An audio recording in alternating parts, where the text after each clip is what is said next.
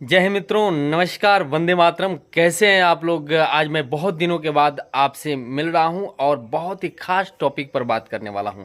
यह जिनको आप हमारे साथ देख रहे हैं, यह है हिमांशु शेखर, अयांश शेखर उर्फ अयांश शेखर। और यह वर्तमान में सैनिक स्कूल सिपाया में इनका एडमिशन हो चुका है और यह 3 दिन के बाद से पढ़ने चले जाएंगे। तो आज हम सोचे कि इनसे क्यों नहीं हम लोग बात करते हैं, खास बात करते हैं कि जो बच्चे प्रिपरेशन करना चाहते हैं आखिर सैनिक स्कूल में क्यों जाएं, वहाँ पर क्या क्या फैसिलिटी होती है, फिर उसका प्रिपरेशन कैसे करें, किस मीडियम से करें, तमाम तरह की बातों का इनसे हम लोग जानने का कोशिश करेंगे। कैसे तैयारी करते थे ताकि और बच्चों को इससे बेनिफिट हो पाए।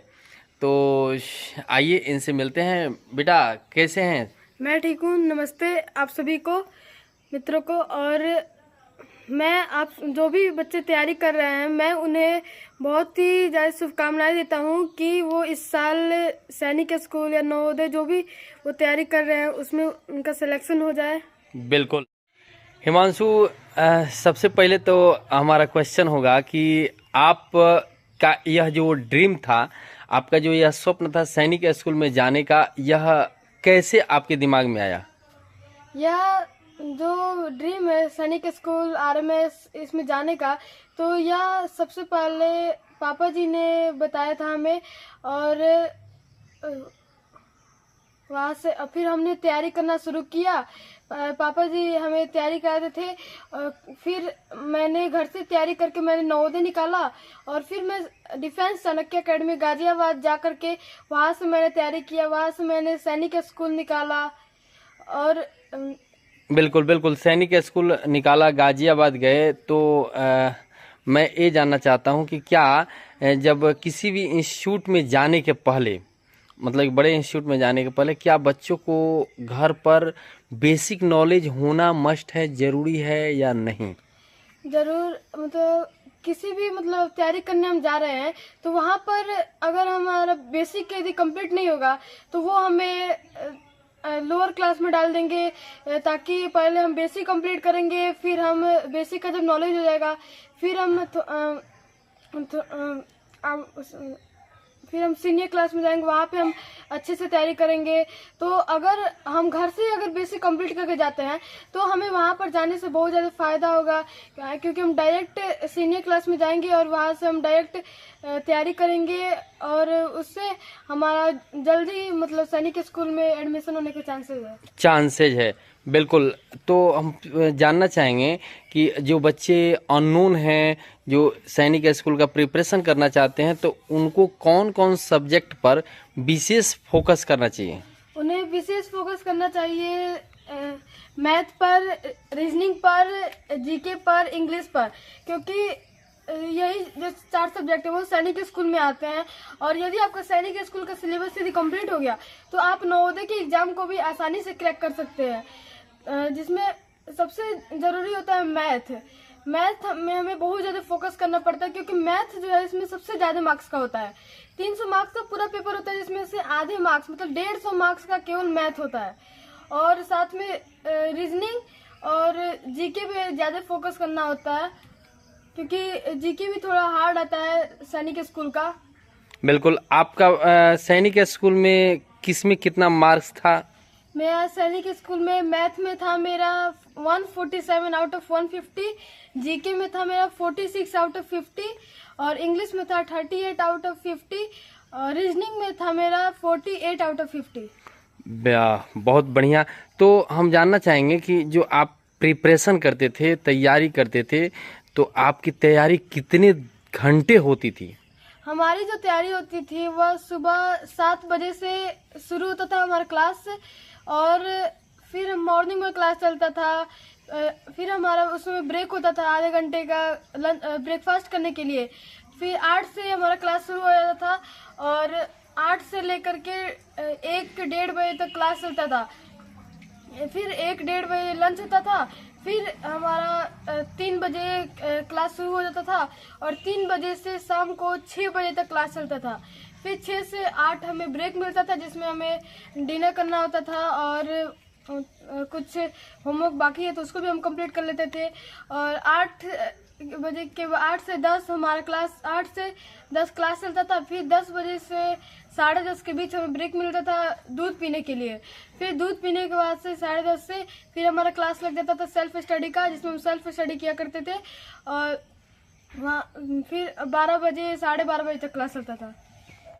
तो 12 बजे तक लगातार बहुत ही कठिन परिश्रम करना होता था।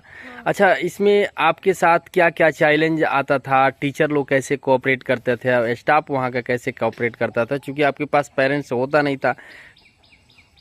टीचर्स लोग भी हमें बहुत ज़्यादा ध्यान दिया करते थे। टीचर्स मतलब पढ़ाते थे और फिर रात को जो हमारे क्लास टीचर थे वो रात को बैठ करके हमारे सेल्फ स्टडी कराया करते थे। हमारा होमवर्क मतलब कंप्लीट करते थे। उस समय हमारा हर हफ्ते में टेस्ट हुआ करता था। और जब एग्ज़ाम जब नज़दीक आता तो हर हफ्ते में 2 से 3 बार OMR टेस्ट होता था, जिसके कारण हमारा बहुत ज़्यादा प्रैक्टिस हो जाता है OMR फिलअप करने का। तो हम एग्ज़ाम में आसानी से OMR फिलअप कर लेते हैं। और टीचर लोग भी यहाँ पे बहुत ज़्यादा हमें कोऑपरेट करते थे। बिल्कुल, टीचर वो बहुत अच्छा कोऑपरेट करते थे। अब मैं जानना चाहता हूँ कि जो सैनिक स्कूल का शेड्यूल है, वाई क्यों सैनिक स्कूल में हमें जाना चाहिए? क्योंकि सैनिक स्कूल जो स्कूल है वहाँ पे हमें डिसिप्लिन में रहना सिखाया जाता है। हर काम डिसिप्लिन में होता है वहाँ पे। और हमें ऑलराउंडर बनाया जाता है। हर चीज़ में हमारा ग्रोथ होता है, खेलने में, पढ़ने में, हर चीज़ में मतलब ग्रोथ हो जाता है। और हमें वहाँ बहुत ज़्यादा हम डिसिप्लिन सीखते हैं। और वहाँ से हम अगर वहाँ से चलिए, बहुत बढ़िया। वहाँ से अगर आप पढ़ते हैं तो बेस्ट करेंगे। अब मैं जानना चाहता हूँ कि थोड़ा सा एक बच्चों के साथ बहुत बड़ा चैलेंज होता है, हिंदी मीडियम और इंग्लिश मीडियम। और हमारे यहाँ बच्चों को लोग बहुत इंग्लिश पढ़ाना भी चाहता है, हिंदी भी लोग बच्चे पढ़ रहे हैं। तो हमारा कौन सा बेस्ट ऑप्शन रहेगा तैयारी करने के लिए? सबसे बेस्ट ऑप्शन रहेगा इंग्लिश मीडियम। क्योंकि हम तैयारी तो कर लेते हिंदी मीडियम से, पर सैनिक स्कूल में या फिर नवोदय जाने के बाद से वहाँ पे हमें इंग्लिश मीडियम में पढ़ाया जाता है। फिर हम इंग्लिश मीडियम थोड़ा समझने में थोड़ा टाइम लगता है, क्योंकि साल भर हमने हिंदी से पढ़ा है, इंग्लिश हमने पढ़ा नहीं है। तो फिर इंग्लिश मीडियम में जाने से थोड़ा सा दिक्कत होता है। और अगर हम इंग्लिश मीडियम से तैयारी करते हैं तो हमें वहाँ पर बहुत ही ज़्यादा आसानी होगा और हमें आगे भी कोई दिक्कत नहीं होगा।